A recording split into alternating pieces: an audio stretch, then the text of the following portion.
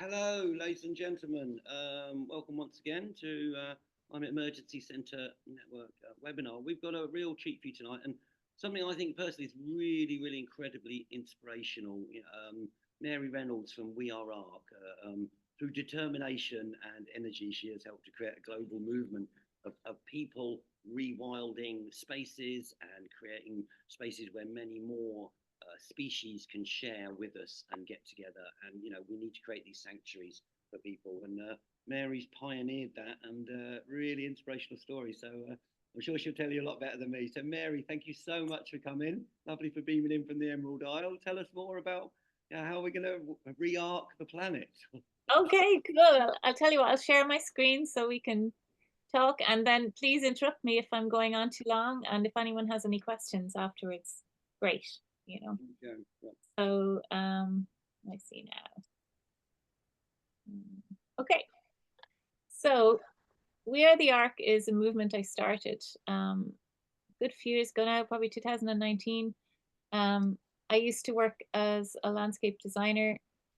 I worked all over the world. I won a gold medal at the Chelsea Flower Show when I was a young woman, and it kind of set me off on a path of designing gardens around the world. And then, I've been gradually writing and talking my way out of a job. And the final moment came when one morning in winter in 2018 when I was sitting at my desk. And this is not the fox, by the way, but I was looking down from my desk, and a fox ran past with two hares chasing the fox, which was fairly unusual in itself. And then I kept watching the brambly patch they'd run into to see if they'd come out. And I saw a little hedgehog scuttling along underneath the hedge in the same direction. And it reminded me of the stories of Noah's Ark when I was a kid. And I thought, this is really odd. So I went outside and I went in the direction that they were coming from. And I was living in a rented house at the time in Wexford, in the southeast of Ireland, while I was building a house. And at the end of my lane, it was a country lane, there was a tiny little road. And on the far side of the road, there was this really strong thicket of a field. It was filled with native plants and emergent woodland. And it was impenetrable, a bit like a Sleeping Beauty's wall of thorns. And I really loved that field. It always had a very strong energy. And but somebody had got planning permission to build a house at the top of the field, and they'd gone in within moments of getting planning permission with a big yellow digger and cleared the whole thing out to make a garden without any thought for all the creatures that called it home. And I stood there and realized that we are colonizing every single patch of this planet, and we're losing this planet patch by patch by patch. And we all feel like, I'm sure all of us here want to save the planet, but the reality is, if you want to save the planet, start with your own patch of it, because gardens are the most greenwashed activity going. And I'll explain to you why in a minute. So I went back inside that day and I started researching, what was going on in wildlife and biodiversity. And I realized that, most of us were suffering from a thing called shifting baseline syndrome, which is that, with every passing generation, we have a different concept of what is natural. So this is a typical view in Ireland now, but or this you can see the culprit there. Look, little sheep. Ireland was 80% covered in woodland, but now we're the most nature depleted country in the world. We have something like 0.01% of our native woodland is remaining, and we have 2% of newly planted woodland, and the rest of the 11% that they quote is monoculture of spruce. And if and this is relative to everywhere, but just specifically to Ireland, if you look at any Google Maps image, this is what you're looking at. Ireland is wiped out. Nature has collapsed here. There's nowhere for our wild creatures, our wild kin to survive. So I went back inside that day, and I understood as I researched that we are only one creature sharing this planet, and we've stopped sharing. Basically, there's an estimated 8.7 million creatures on this planet, and we've only catalogued and recognized 1.2 million of them so far. So we're losing them between 20 to 200, depending on the estimate that you read. We're losing them at a rate of 20 to 200 species every single day to extinction. and they're never coming back. And we are pushing them away because we think it's all about us. And the thing is that as we pluck each of those creatures out of this web of life, the web starts to structurally collapse. And certain creatures are more important than others. They're more structurally important in this web. But every single one of them plays an important role. And the only role that we play on this planet, we have nothing to do with this web of life other than we get to stay here if we take care of it. So we have to become guardians instead of gardeners. And we have to start with every patch that we have. So, in what ways have we been doing damage, and how can we embrace the necessary changes? Well, the obvious one, I'm sure there's very few people here, or anybody here, I can imagine, who's using chemicals still, but it's kind of very commonplace. You go into every supermarket, every garden center, and there's chemicals on sale everywhere as an easy fix. And we're told that they're harmless once they touch the ground. And if you do any research outside of their own scientifically kind of based corporate research, you will find that the damage is just extraordinary. Two-thirds of all life on the planet is in the soil, and we basically treat it as dirt. I don't know if you can make the main picture bigger. If not, it's okay. But, I'm not sure how to do that. Let me see if I can figure out. If it's a problem, don't worry. It's okay. We can see it. They're beautiful. Just if it does go bigger. How's that? Yeah, much better. Beautiful. Okay, and does that work? It does. So, we have normalized chemicals in the gardening industry to an enormous degree. So just say bulbs. People plant bulbs all the time, and they're told that this helps pollinators. But every single bulb has been soaked in neonicotinoid chemicals unless it's specifically labeled as organic. And that's to stop mice eating them in storage. And those are systemic persistent chemicals which go through the life cycle of the plant into the pollen, into the nectar, and they kill the insects that come to feed from them. And they don't leave the plants, they stay there, and it's not just the bulbs, it's every single plant you buy in a garden center. If it is not an organic plant, it is treated with chemicals from seed to sale to an enormous degree. And so there's damage the whole way along until you get your shiny, happy plant at the end that makes you feel like you're part of nature by doing something. And that's how far away from, shifting baseline syndrome we really have disconnected ourselves from nature. And actually, to go back from that to that concept again, like my dad used to talk about how the sky would go dark for a moment as swarms of butterflies passed overhead on their migratory patterns, or their birds would block out the sun for a moment. Now, if we see one butterfly, we think everything's okay, and that's called shifting baseline syndrome. We don't, like, most children in Ireland particularly will not know what a woodland looks like, because we don't have them here anymore. There's tiny pockets of native woodland left, but the other things are just crops of spruce. So there's a huge shift in our understanding of what is natural. And there's invasive non-native species are one of the major causes of ecosystem collapse. And unfortunately, I often hear this narrative that nature knows what she's doing, that she's pulling these plants around and she'll be able to adapt. And so not the case. It's a nice concept. I'd like to go along with it, but it's not the case. Like there's one type of bulrush, for example, or not bulrush, it's a reed. And I think it's a common reed. I think it was introduced into the States from Europe 400 years ago. And in Europe, it supports something like 282 species. In America, after 400 years, it only supports 4. And nature cannot keep up with the scale of change we're imposing upon her. And these species, they do so well in places that are not their places. And so they escape out of garden centers and gardens into the wild, and they take over and they wipe out native ecosystems because they take all the light and all the resources, and there's no space left for nature.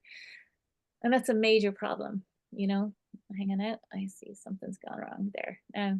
One of the myths that we're pumped with by the garden industry is the myth of pollinator friendly plants. And so they want you to buy stuff like, So they tell you to go and buy these open flowers, very colorful, very attractive to, you know, the insects. But again, they are generally not organic. They're generally treated with so many chemicals that they're filled with these systemic persistent chemicals, and they cause problems for the insects to collect the nectar and the pollen. And that these are not native plants. So it's a very, very narrow way of looking at nature restoration. So what you get, it's a bit like putting a fast food restaurant into a garden on one side and putting a load of really healthy organic food on the other side, and putting your kids out in the garden and saying like, right lads, go get something to eat. So where are they going to go? They're going to go to the flashy shiny lights, which are the pollinator friendly plants, you know, and they're not going to go to the healthy looking food because, you know, everyone knows kids hate broccoli, like, you know.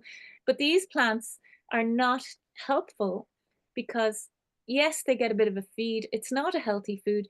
These plants are not native. They don't contain the correct chemical compounds that the insects need for their own health at that time of the year. And they are not adapted to the native food web, to the local food web. So the foundation stone of all life on this planet is the native plant communities, right? Because insects and their larvae have adapted to eat those native plants. Plants are so good at protecting themselves. They don't want to be eaten, right? So the larvae have focused their and the insects have focused their attention on one particular plant or one or two particular plants, and most of them are specialists. So when they get a bit of a feed from these things, then they want to lay their eggs, right? But they can't lay their eggs because we have removed all their larval partners. The plant partners that they have developed alongside over millennia are what we call weeds and our native plants, which we give no heed to at all, because generally they're not something that you can buy in a garden center because they're free. They're in the seed bank, they're all around us, or they used to be until we push them away. So native, what I have written here is that, sorry, I don't know where I'm going now, is that you are the needle and native plants are the thread. And the point is that we have to weave the web of life back together. We have to step back into the center of the web of life and become the spider and weave the whole thing back together so that nature has a chance to recover. Because nature cannot recover if we keep making gardens. You know, gardens are basically, look, the earth is the embodiment of the feminine energy, and women are, and men, all of us are sick of only being looked at and valued for being pretty or productive. And the land is the same, you know. The land wants to be sovereign. It wants to be wild. It wants to be free so that the land can take care of all the creatures that we are hopelessly and completely dependent upon. We are completely dependent upon the web of life staying intact for our clean air, our clean water, our food, everything, our shelter. Our whole world is dependent upon the collapsing web of life. What are we doing? So why do native plants matter? So I was explaining that to you a little bit. So just say, you know, birds, for example, are collapsing at a rate of knots. And the reason is that apart from the massive amounts of pesticides and insecticides and everything that's being pumped onto our food so that we can eat poisonous food, is the fact that these insects are so important for birds to feed a clutch of eggs.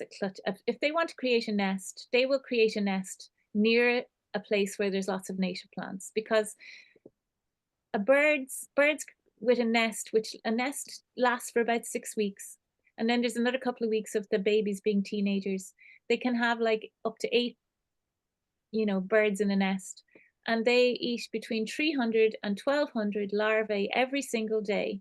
So that mum and dad are out and about all day, every day, trying to get enough larvae and they eat about 80% larvae and about 20% spiders. And so if they cannot get those larvae, that soft, squishy baby food, they won't get them if there's no native plants. Like, you know, if we're presenting them with all these pollinator friendly, non-native plants, it's a very narrow view. We need to step back and restore nature back to as much health as possible if we're going to have a chance at having a livable future, because right now, as I'm sure you know, we don't. So the insanity of lawns and the opportunities they present. This is what every square foot of soil has about 5,000 seeds, weed seeds we call them, wild seeds, and that's healthy soil. And they just need 1/30th of a second's worth of light to be activated. So this is what I call a wild lawn, and this is what came up when we left a lawn do its own thing. And this is for a friend of mine in Kerry, and she has 4 young boys, and they want to play soccer, football, hurling, and rugby all day long. So it's under pressure. She needs a bit of space, but this is what came up, and so the smell is unbelievable. It's just like pure honey. I mean, it's covered in buzzing creatures, and it's incredible amount of food. It's very, very tough. The land knew what to do. Clover knits together when you mow it, and it's incredibly strong and tough as a lawn. And it's one layer in the multiple layers of ecosystem that we need to restore. One of the things people tell us to do, the industry tells us to do, is they sell us wildflower seeds. And, you know, there's a couple of problems with this. A lot of the wildflower seeds are not native. This is like, it's all about looking pretty. Again, we are reverting back to how can we create something pretty, And a natural wildflower meadow based upon the seed bank is a much more diverse and soft, subtle thing. Now, the more diversity you have, the more insects you're supporting. So it is actually really important to increase as much native plant diversity you have in your land, and we'll get into that in a minute. But the most important thing to remember is that it's not only native, it's locally native, because insects have adapted, they have evolutionary adaptations to their local plants, and the plants have local evolutionary adaptations to their local insects. So if we bring in plants from miles and miles away, it's not going to actually work very well for the insects. So it's better to have, say, like in my land here, I couldn't find certain plants that are native to here anywhere around me. So I brought them in because it's better to have them than not. But the best practice is to work with locally adapted plants and collect the seeds and grow them yourself. And I say locally within 50, they say within 15 to 20 miles is local. Now, because we live in massive urban areas a lot of the time, this is not possible. So you just do your best. All I'm asking is you do your best. What's that about? Okay, so arcing versus rewilding. So what's the difference? So rewilding, you'd need a minimum of 1,500 acres or so to create the full web of life. In arcing, we're not going to be able to bring wolves and lynxes into our suburban spots or into our window boxes or whatever. So what I say to people is it's about creating layers. It's about stepping in and becoming the missing creatures in the web of life and carrying out the ecosystem services that they normally would carry out. And that service, all of those services are based on disturbance. These creatures disturb. They break things, they dig things up, they eat stuff. And so we have to step back in and create as many layers of ecosystem maturity as possible. And so it sounds complicated, but it's very, very simple. And so that's based on everything from bare earth to the grazed areas, which we call lawns or mown paths, to the long meadowy areas. And there's different types of management of those meadows, which I'll tell you about in a minute. And then there's the scrubby, shrubby areas, and then there's woodland. And all the edges in between is where all the life lies. So they're called ecotones. The edge, the kind of area between like one type of ecosystem and another. So like the gap, like an area between, just like kind of a couple of feet either side of a lawn and a meadow, or a couple of feet either side of a meadow and a shrubbery, or a shrubbery and a woodland. All the life lies in those edges. Living on the edge comes from somewhere. That's where the life lies. So we have to create as many edges as possible, and that's how design comes into play. We want a shrubbery. We want a shrubbery. Sorry. You want what? I'd throw that one in there. We want a shrubbery. Okay. Good luck. So here's a shrubbery. So there's a couple of layers there. There's the mown path, there's the kind of wild meadow, there's the shrubbery. So we have to stop thinking about, does it look pretty? Now you can make it beautiful, and I'll explain how, because it's all about creating edges. You create edges, so you can create shapes, you can create spaces, but there's so much more to gain from an arc. Stop looking at it as something how is this going to be pretty? You know, how am I going to feed my visual senses? And how can you help all of the other creatures that need our support? And your heart will open to embrace every single one of those creatures that comes to share your space. It is so rewarding and it's really positive. And so let me just go back. I started this movement called We Are The Ark, and I didn't want anyone to think it had some mad religious affiliation, because it doesn't. So I called it Acts of Restorative Kindness to the Earth. Um, and it's all I ask is that people put up a sign in their window box or in their garden or whatever, saying this is an ark, with the website underneath, which has all the information for free. People don't like reading websites, so I wrote the book. But you don't have to buy the book. You can go to your library and order the book. You don't have to buy the book, really. But the book is beautiful and it's worth getting your hands on, because you know yourself, it's nice to have something physical. So you can ask your library to get it in for you. So then all the edges that you can create, so that's where all the life lies. So you're kind of aiming to create edges. This is like a natural herbaceous border. There's what I call a natural herbaceous border. And that's full of self-willed, beautiful plants, which are supporting a massive amount of life. And then as well as that, then you've got your edges between any kind of water or gravelly areas or anything like that. And we have to learn how to share and how everything can become habitat, you know. So even look at everything in your landscape and look at it and think, how can this become a shared kind of habitat from something that I can use for me and my family, but how can I also turn it into something that would support life? And you just have to get creative with it. And the more you look at stuff, the more you'll see that your edges can become, you know, habitat. Um, you know, as much as you can, they'll rot and become, you know, full of life. And how dead wood is extremely important. Like, you know, all life is built upon the death of everything that's come before us, you know, and you know, most creatures need dead wood at some point to survive. And these are like this is what I call a dead hedge. So if you have a local landscaper who's pruning someone's garden, if you can ask them to drop all their prunings around you if they're open to it, and you can create this most amazing shelter, which will become an instant insect habitat and pantry for the birds and the little field mice and shrews and all the other creatures. And what else can you do to support life? Like, you know, birds need fresh water to clean themselves, to have a drink. You know, sandy banks are incredibly important. You know, we're always told that bees are like top of the food chain or something, but like in Ireland, there's one type of honeybee, and there's 63, is it 66 solitary bees and 23 bumblebees. And you know, when somebody brings in a honeybee hive, which is usually a non-native honeybee, those bees take all the resources from all of the little tiny solitary bees who are desperate for food and sustenance. And so because we're taking away all their native kind of plants, there's hardly any sustenance left. And when you bring in honeybees, they're wiping out all of the sustenance for the local bee populations, who then get wiped out, and we cause an ecosystem collapse. So it's a bit like keeping chickens to mind to save the birds. I didn't, that's not my words, I don't know, but I've heard that before and I think it works very well. So then I talked about the dead wood, and you know, it's amazing what happens when you start to support life. The creatures that return will just blow your mind, you know.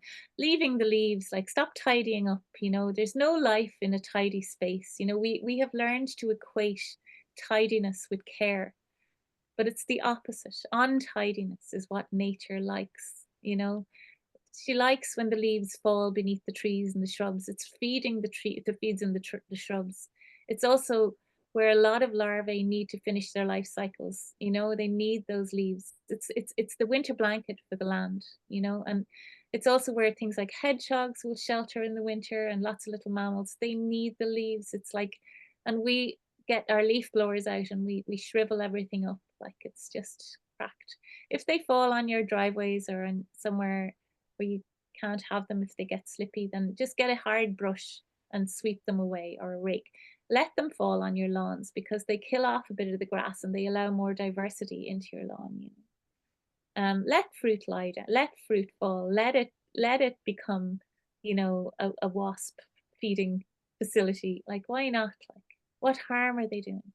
Why are we so afraid of the insects upon whom we're completely dependent? They are incredibly important pollinators, and we just hate them because we've been told that that's the thing to do. So water is incredibly important. Like it's almost impossible for creatures to find a clean source of water these days. You know, the amount of chemicals that we are peeing into the sink, that we're spitting down the sink, or not in the sink, we're peeing into the toilets, that we're spitting down the sink in our fluorides or whatever you got in your toothpaste. And you know, all of this goes into our water. You know, the chemicals that are being sprayed to kill weeds, everything gets washed into our water.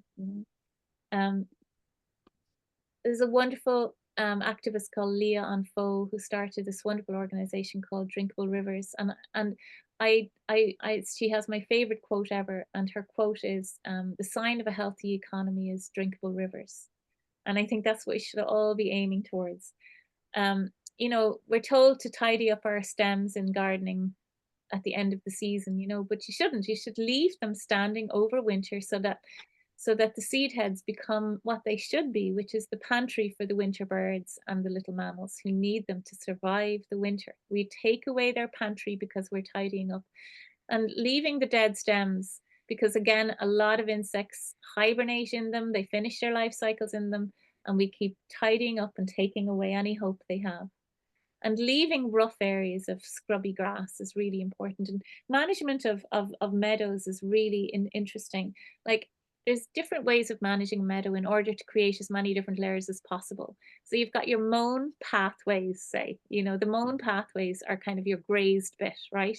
And then you've got, you know, another meadow which you treat as the flowering meadow.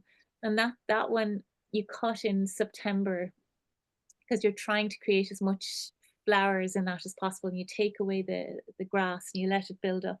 And then you have you know, what I call an ark meadow, which is based on the seed bank, and you leave that standing, like I mentioned before, until the spring, and you cut it back in the spring when you see the growth coming, and that supports as many insects as possible, and birds and other creatures, that the seed heads are left there for them for when things get desperate, you know. And then you have another layer which is a thatched meadow, which is part of the meadow that you never cut, you know, unless brambles come in. Then you might have to cut them back because brambles will take over without deer, because deer would normally, you know, graze back the tips of the brambles. They love eating them. But when there's no deer around, you know, the brambles just take over. Everything gets out of balance because all the creatures have been, you know, the web has been broken, you know. Um, sorry. Thanks, Phoenix. We'll keep Um, going. Yeah. Thank you. And so leave the thatch fall on top of itself and grow up every year, and it creates the perfect bumblebee homes. It creates perfect home for pygmy shrews and field mice and all those little things, dormice that you have over there. And the bumblebees, that's where they want to live, in abandoned mice nests, which live in those thatched parts of the grass, you know. Let's see where we are. I'll shut up now soon. Islandization is a major problem. We're chopping up their territories, you know, Amazing. piece by piece by piece. We're slicing up their territories, and we're not only making it worse by putting these awful concrete barriers down the middle. So if the poor creators manage to get halfway across the road, there's no way of getting any further, and they have to go back. And if they make it across once, they won't make it back again, like, you know. And this nonsense that we have, that we should put all the wildflower meadows and the wild places beside roads, is just nonsense, like, because all those cars will kill those insects, you know. I mean, it's like attracting everything. It's like bringing the, I don't know, bringing the chickens and into it's like that no mow May thing, which really annoys me. Like, you know, it's like, don't mow your lawn for May, and then when the insects relax, think that they're safe, then they bring in the mowers and kill them all. So, like, you know, I mean, just leave your bed, stop mowing until until they're finished their life cycles. Like, leave it alone. Like, learn to let go, you know, embrace nature, embrace your own true nature. Like, give it back. You know, we have to stop this constant tidying and control, you know. Um, anyway, yeah, so islandization is a problem even in our own little spaces. You know, we have to consider can we open up our boundaries? Talk to your neighbors, see if you can break holes in your boundaries, replace walls and fences with living fences like hedges and things like that. Just because their territories are so tiny and they can't access, a lot of places. And, if you want them to come into your space and to create a sanctuary for them, you need to allow access. Lighting is one of the major causes of biodiversity collapse all over the world, and nobody talks about it. The blue and white lights, which are used everywhere now, they've caused a massive collapse. I don't know if you remember when you were young. When I was young, long time ago, if I opened up a window at night in my house, it would fill with moths. Now you might get one if you're lucky, but there isn't that many. And what happens is that they think that those lights are the moon, and they go around and around and they're confused and they get worn out and they collapse and they die. And moths have collapsed massively. And again, everything is connected. So moths are the major food source for bats and owls, like so many creatures, not owls, but many creatures eat those moths. And without the moths, we don't have the nighttime pollinators. So the solution is to give the night back, like close your curtains at nighttime if you can. Turn off your lights outside. You don't need them. If you can have a kind of I don't know, one that comes on for a motion sensor if you want it to come on if you're coming home at night. Make sure it's pointing downwards. And the most important thing is no uplighting, and make it red or yellow amber toned. Like if you go onto the Dark Skies website, you will find out what are the criteria for protecting creatures at nighttime. It's not just the insects. It causes major collapses in migratory patterns in birds and bats, and it affects their hormones. It's incredible what the lighting is doing, and we're lighting up the world more and more and more, something like 4% more every year. We have to give them back their darkness. And then what I ask people to do is to give half of any land under their care back to nature. And in the other half, if they're physically able, to grow their own food without chemicals, with no dig or permaculture concepts. And if they've too much land to grow food, share it with family and friends or neighbors who have no land to grow food, and build community around growing food. And so half of the earth is what is needed for the earth to stay stable. It needs at least half. According to his name's gone out. He died recently. Goodness, can't remember his name now. Half Earth Theory, anyway. Sorry, I can't remember his name. My brain is menopausally tiny. Arks can be as small as a window box. This is one of our Californian arks. It's filled with native plants, and people write this is an ark on it. I do prefer if they write restorative kindness underneath, in case anyone thinks it's some kind of a religious cult, and then they fill it with plants. But the sign is really good, because otherwise you'll find your neighbors will come around and helpfully tidy up for you. It's really important that they know. So we have loads of school arks. We have these are just some of the pictures people send me. We have arks from all over the world, and these are just some of the signs. I'm not asking anybody for any money. They make their own arks out of any kind of recycled material they have. They put it up at the entrance where people can see it, so that people understand what is happening here. And it has become a global movement, which is really, really exciting, because what happens is that people see how quickly nature can recover. And the evidence shows that nature can recover massively within 5 years, and almost completely within 20 years. And it's all about restoring native plants. And this is the way that each of us can make a real difference with every patch of the planet under our care. We can change the world patch by patch and create a quilt of hope, which we're going to wrap around this planet before it's too late. That's it. Wow. Mary, that's totally inspirational. Just a quilt of hope. We need hope. Thank you very much, ladies and gentlemen. Give it up. That was Wow. amazing. Thank you, Mary. I feel like you're giving me a birthday gift. Thank you. Oh, that's really sweet. Really inspiring, Mary. Just a lot of things there come up, but building a community around growing food is fantastic. There's a group we had on previously called Crops Not Shops, and they're Yeah. growing food together and having crops rather than shops, as it says. Just a couple of questions to me while people think of any questions they want. It can be a question or feedback. Down the bottom in the React, there's a little heart-shaped thing at the bottom of the screen, and there's a raise a hand thing. If anyone's got a question for Mary or a feedback or a comment, doesn't necessarily have to be a question, what you thought about what Mary's doing and things. Just a quick couple of ones for me to kick the ball off, Mary's. How do people start? So they download something from the internet. I see, amazing. I love the signs at the end that you're showing all these different handmade ones that people have made, and the examples are just little bits of nature going back to a while. But what do people to start? They download something from your website and the pack and how they do it, and what they do. And then just tell us a little bit about how the movement grew. You started 10 years ago, and there was 5 places, and then it spread to Italy and Canada and Jordan. And tell us a little bit about that. And as others put their hands up as you want for questions and feedback.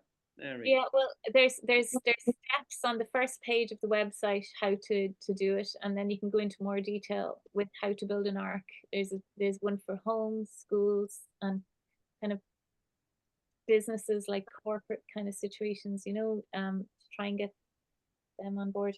And yeah, I suppose I started it in 2019, and I just kind of launched it on Facebook and Instagram, maybe, I can't even remember.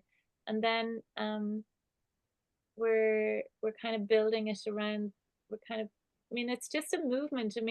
It's just me, I say we are the ark because I want everyone to know that all of us are the solution. It's not about me driving it. And I never turned it into a not-for-profit or anything like that, because I realized pretty quickly that was just going to be about raising money to pay people. So I have a job, and I do this on the side, and I give talks and I do whatever, but it's such an easy thing for people to get on board with. And when they understand the importance of native plants and how crazy our brain has been washed into thinking we have to create these.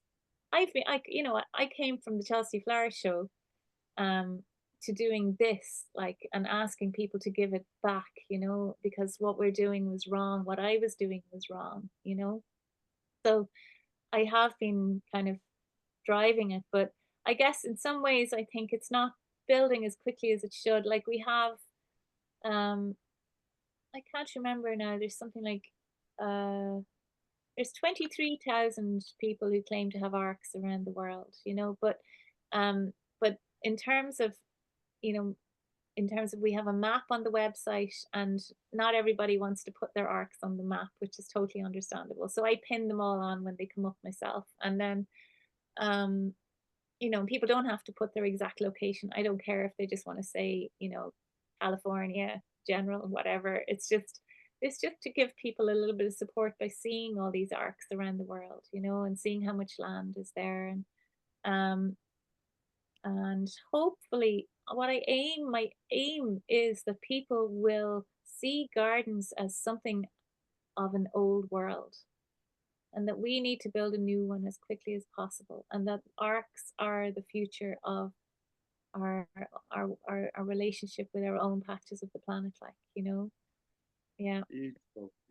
Brady has got a question there. Sorry. And then I think Deborah wanted to ask something about seeds, and then Brady. Yeah.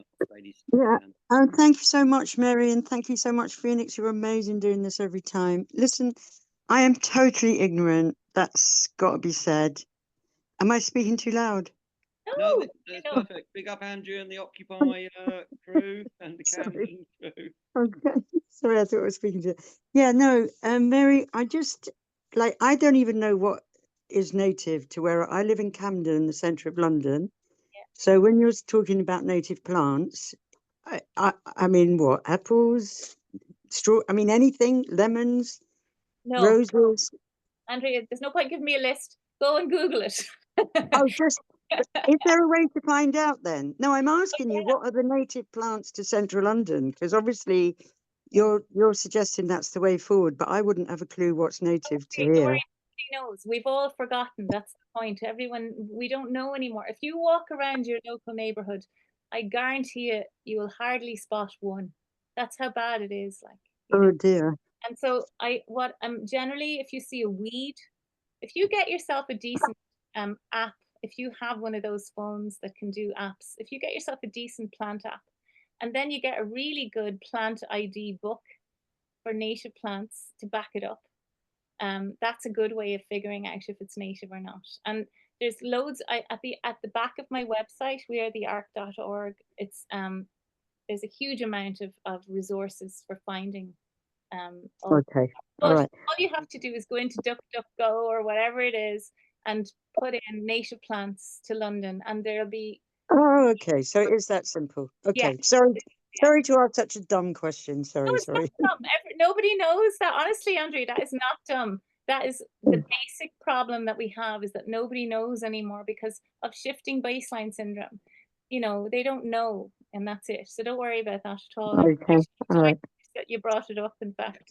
Camden needs to be greened up, Andrea. We need to go rooftops and everywhere. I think Deborah had a quick question about seeds, and then to Bradley and Helen Sotton. Yeah. Deborah, did you want to? Thank you. I love that. That's really given me some inspiration for next year on the allotment. My allotment committee can be really judgmental about if you leave your grass long and etc. etc. So I shall put a plaque of some description up and see what they say. What I wanted to ask you though was, are there any sellers of organic seeds that you can recommend for this country? Because obviously there's such a wide choice. There may well be some on the website that I have recommended. Yeah. There's so many categories that I put at the end, but I couldn't tell you offhand. But there are excellent organic seed producers. Just make sure that they are really are native and organic, you know. Like for example, in Ireland, they can imported plants to the garden. The globalization of the gardening industry has been a major cause of the collapse of nature, you know. And so over here, if they import a plant from abroad, which brings diseases in, it's wiping out most of our native trees.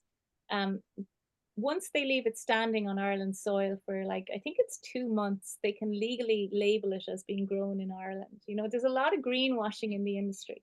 So you really have to take care. Everything that you're being told, you have to double check it.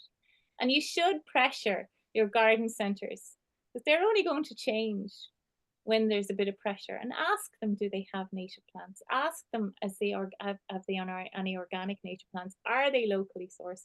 But reality is, this is going to be going back to the old ways of having gardens. Do you remember when we were young? Like my mum used to share plants with her neighbours, or they'd share cuttings, or they'd go and collect seeds. That's the only way of making an ark, really. And because there's no money to be made in it as such, you know, I mean, you can still get landscapers and, you know, to do things like build dry stone walls, or to build dead hedges, or to, you know, to make ponds, or there's loads of beautiful things you can do, but there isn't really, you know, there isn't a massive industry there. And the industry will have to change. It'll have to adapt to survive if we pressure them to do so, you know. Thank you. That's lovely, Deborah. Brady, over to sunny Los Angeles, and then Helen Sotton. Brady, lovely to see you beaming international. Yeah. No, I just wanted to say, mine was more of a statement, but I just wanted to say, like, thank you again to Mary, because I think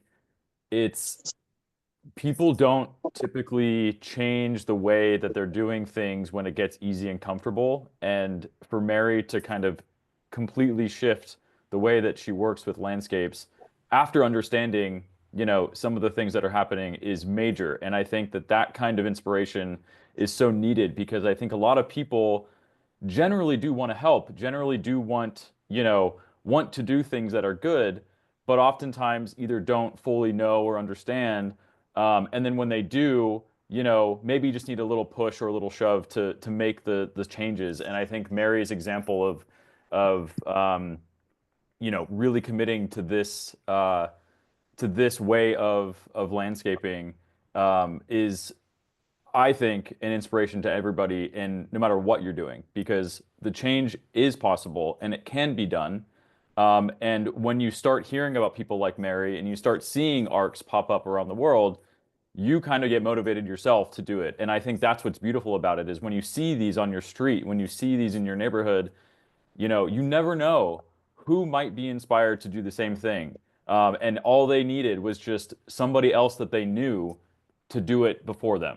And so I think it's amazing that everybody on this chat is here and excited because I think we might be, you know, I might be one person, everybody on here might be one person, but you have no idea how much of an influence you can be on your neighbors or your community. So I just wanted to give Mary a shout out because to lead this and to do this is it takes a lot, and I know how much she sacrificed to get to this point, and it's amazing to see where it's going. So and I'm just so happy to see, you know, what can come from that. So Thanks.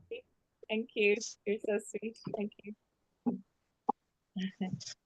A really inspirational story and actions and events and projects. Helen, the two Helens, Helen Sutton and Helen Leeds, over. Hi. So I've had a number of jobs in my life, and my job at the moment is as a gardener.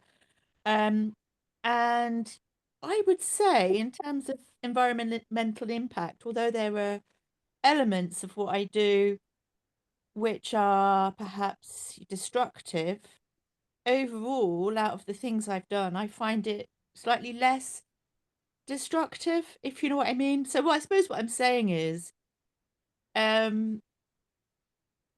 you know, I did have a question in there somewhere, which was, do you think that working as a gardener for people who want tidy gardens, you know, do you think I should say no, I'm not going to take your money?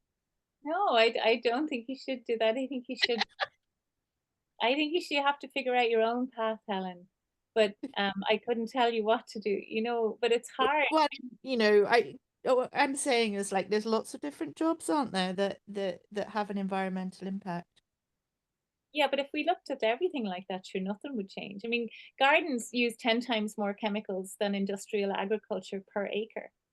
You know, it's such an impact, but you don't see the impact because it's just this pretty patch of green. But if you pull out to a global scale and see how every single one of us that are lucky enough to have a bit of land under our care have we colonized those patches, we pushed away all the native communities of plants and creatures, and we put in what we think is pretty and tidied it up. So it may not feel like a big deal on a small scale, but on a global scale, if you look at every single one of those patches all tied together, we have done so much damage. I reckon if you look at every single way people have to earn money and be part of the system, I know. it's that whole thing of how far do you engage, because we all need some cash in our lives. I know, Hannah, and I'm one of them. I need some cash in my life too, but I can't keep doing this. So what I do is I say to people, look, maybe we could do this differently. And if you explain to them, maybe it'll help them, because most people don't know. Having Chelsea behind you probably helps. When you have those conversations, having a good reputation is a good thing. Yeah, but sure, you can try or you cannot try, Helen. I mean, I don't know. It's hard with every single one of my customers, you know, and if they want anything doing with any kind of chemicals, they have to go elsewhere. So it's all good. Good for you. So there you go. So there you go. That's it. It's one bit by one bit. And they're the important steps, is kind of going, not using chemicals anymore. I mean, that in itself is lots huge. of customers for various reasons of, you know, just how it goes. But I mean, I applaud you for that, because most gardeners wouldn't even consider having that conversation, you know, so fair play to you. As well, though, because as gardeners, we'd be exposed more than them. If we were doing everybody chemicals, we would have a health risk as well. So yeah, fair play really for, you know, gardeners to be transforming their industry. That's what's inspiring with Mary's story really, is that, you know, how you're changing, you know, the natural gardening scene to get rid of everything and make it homogenous and bring back in the nature. That's inspiring story. Helen in Leeds, and then Julie. Over. Yeah, first of all, I'd like to say that you absolutely horrified me when you said that all the plants we get from the garden centre are laced with chemicals. We If think they're, we do, if they're not organically, you have to check, but yeah, generally they are. A lot of them will be, like, unless yeah. it's grown by somebody locally and they're just growing a few plants, you know? So the follow on to that is, Yeah. when my awful plants have died and I want to put them in the compost, am I just carrying on the rubbish in the compost, or does it get killed in there? Well, there's a couple of problems. One is that they were probably grown in peat, and peat is, you know, Europe's rainforest in terms of carbon capture, you know, and 5,000 acres of Ireland's peatlands have been stripped every year just to serve England's gardening needs alone. And, you know, we have to stop with the peat, using peat in gardening, like it's cracked, you know. Yeah, you got to stop burning it as well, though. Yeah, you stop digging it up though, and you know that's going to distribute it in a different way. And I think that the chemicals, yeah, they're generally persistent, and they do affect the soil when they're thrown into it. Yeah. But look, I can't say, sorry, I can't say that every plant is treated with chemicals, but you should do your research to make sure. Yeah. Just in answer to someone who, the lady was asking, was it Andrea, about where to get stuff from in sort of plants. Native plants. We've got a place which is called Hollybush, which does a lot of native plants and things, and it's part of the TCV, the Conservation Volunteers. And if you follow that link I've put in the chat, there's loads of little dots on the map around Greater London, so you might be able to find stuff from there and find people who can help you as well. Thank you. No, I'll shut up now if you want to move on to someone else. Julie. Hiya. I just wanted to say thank you. It's so inspirational. And as somebody just about to move house and have a new, very empty garden, I'm just staggered and excited by the work I need to do to make sure that I make it an ark.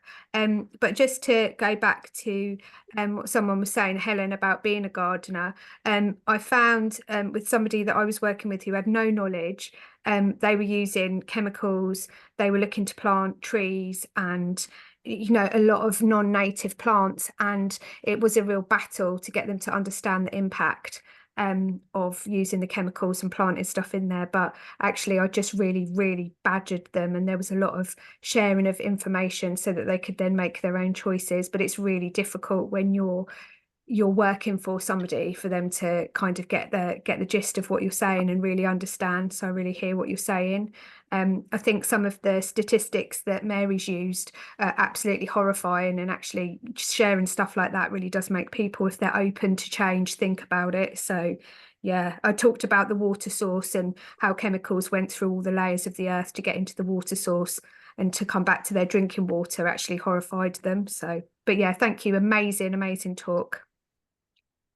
Really, thank you, Julie. Brilliant. Really inspirational, Mary. You know, it spins off a few things there, and we'll come back to you for kind of final summary or last bits. But just so there's a few bits there from the seasoned campaigner over here for 35 years.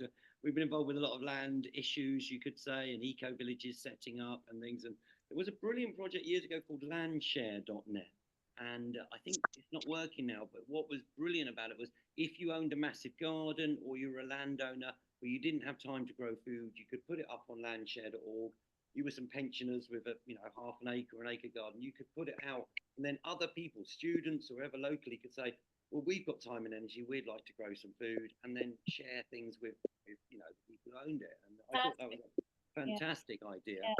We need to really, one of the inspirational takeaways from your talk there towards the end, you said about after 5 years, a lot of things get restored, and within 20 years, things almost completely restored. And that reminds me of a story of the Welsh rivers and they did a talk here about the rivers and you know, how they get very polluted and all the recent water campaigns with the Thames being polluted. But what they said was after the heavy industry left Wales and some of the mining things, within 20 years, the rivers did clean up. They did clean themselves because they were no longer keep putting the toxins in. So your talk really gave us hope that a quilt of hope can be created through so many other different spaces. And ladies and gentlemen, what we're seeing tonight is what the Rastas used to call the force of one determined person going for it. My mate Baggy set up something called Seedy Sundays 20 years ago, a seed swap. And I put links in the chat there. Baggy told me 20 years later, I went to some seed swap in Birmingham or somewhere, and she'd said it. I said, no one knew me. And I just walked in and this is a brilliant thing. And to be able to start something off, never doubt that a few people or a dedicated person going for it. And this is what Mary's created here now. You know, I don't know how many you said, but tons all over the world that have set up arks. And the voiceless ones of nature, we thank you. We'll come over. If you've got any final comments, anyone put it in the chat and things. But we'll come over to Mary for final comments. And thank you so much. Let's keep in touch. We want to see land climate emergency centre groups work with some of the 28 city groups and drop bits of land and grow things. So let's keep in touch any way we can to get more arks and more bits of land set up. Mary, over to you for final comments. Thank you so much for coming. Really, really inspiring. Oh yeah, no, it's great. And listen, you know, just do what you can. You know, don't be trying to do everything overnight. Like just little bit by little bit, and you know, it'll really help when you see the change that just even a few native plants are allowing the weeds to live there, or you know, just letting go a little bit makes a huge difference. So thank you for listening, everyone, and thanks Brady for coming all the way over as well. I really appreciate it, and thank you so much, Phoenix, for putting this together. I appreciate it, and yeah, thank you. Thank you so much, Mary. You're welcome. Thank you. Thank you so much. I posted a link. I posted a link in the chat about John Dennis Lewis Green Gold. Do share it. It's about working with nature, not against her, and the miracles that happen. Do so. Oh yeah, Lou, I know about him. He's amazing. Yeah, ecosystem restoration camps. Yeah, he's amazing. Yeah. Thank you so much. Okay. All right. Thank you very much, everyone. We've put the links in the chat there for the main CEC WhatsApp chat, and there are 28 centres around the UK now. Link up, find out about one near you, and find a bit of land and set up an ark. We'll see you in the new year for more exciting webinars. Thank you so much, Mary. Absolutely inspirational. I'm going to stop the recording there. It'll be on YouTube shortly. You're welcome to stay around, folks, and have a discussion and chat or whatever it is. Let me just stop the recording there. Okay, bye, everyone. I gotta go. Thank you, Phoenix. Thank you, everyone. Thank you. Bye. Bye.